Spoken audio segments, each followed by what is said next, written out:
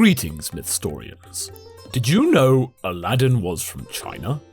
The story from the book 1001 Nights puts his tale not in the Middle East, but the Far East, and it's there where the tomes take us today.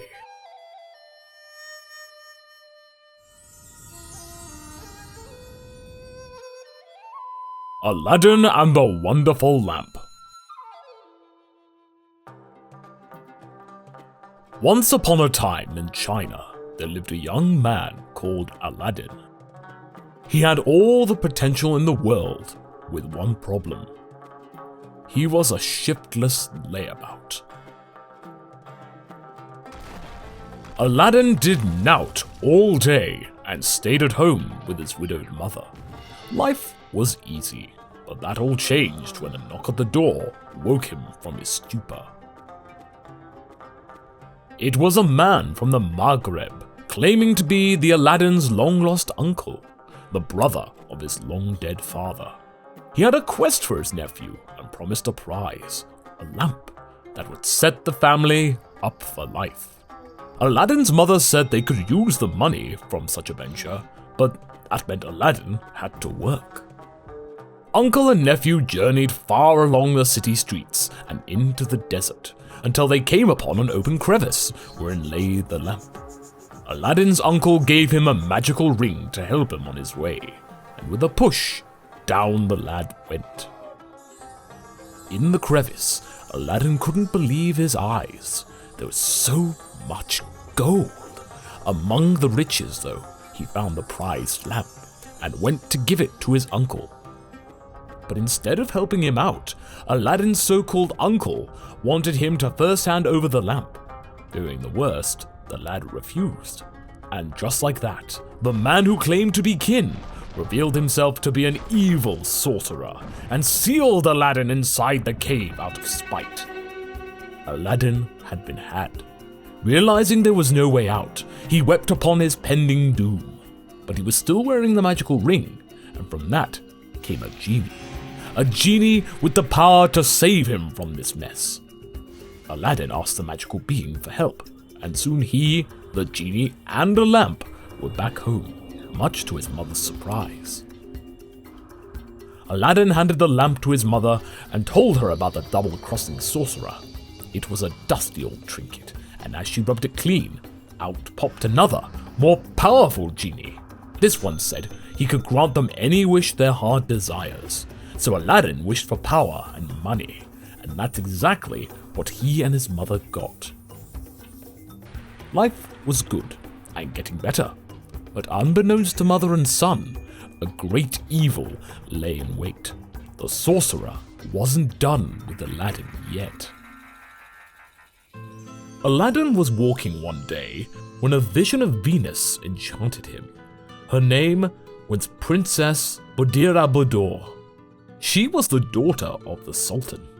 It was love at first sight, and very quickly they both sought to marry.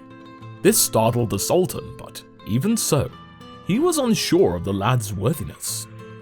So, Aladdin asked the genie to help him out, and his magical friend made a palace more magnificent than any Sultan had ever seen.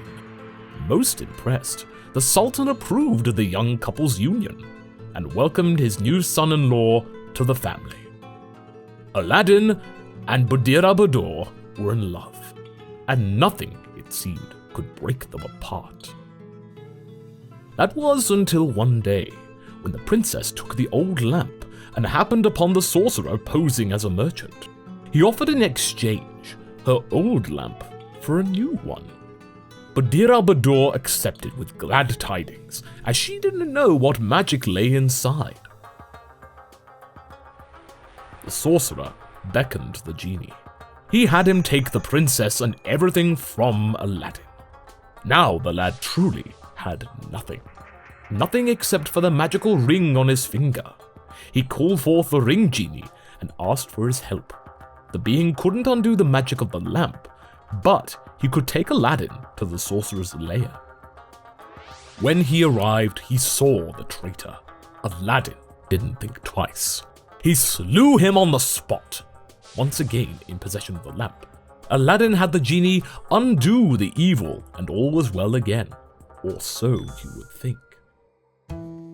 The sorcerer's more evil and more powerful elder brother lay in wait, and he was a most devious foe indeed. The genie had undone the evil of the sorcerer, and Aladdin was reunited with his love. His mother and the Sultan returned as well. Peace reigned for a time. That was until one day, when the princess came across an elderly woman said to be known for her healing powers. She invited this woman into the palace to stay. After all, she was a healer. What harm could she do? A lot, as it turned out. The woman was actually the dark wizard we spoke of earlier, and he wanted revenge for the death of his brother. Aladdin sensed something was amiss. Thankfully, his pal the genie was on point and warned him off the evil dwelling within the place. Aladdin soon found his way to the wizard's location, and just like the sorcerer before, slew the imposter on the spot. Once again, he rescued the princess, and now, with all at rest, both finally got their happy ever after. Life only got better after then, with Aladdin eventually becoming the ruler of the land. And that, myth historians, as they say, is that. The story of Aladdin and the magical lamp may be over, but there is still so much more to explore, and even more to find out. So why not join us on the next mythical video and find out?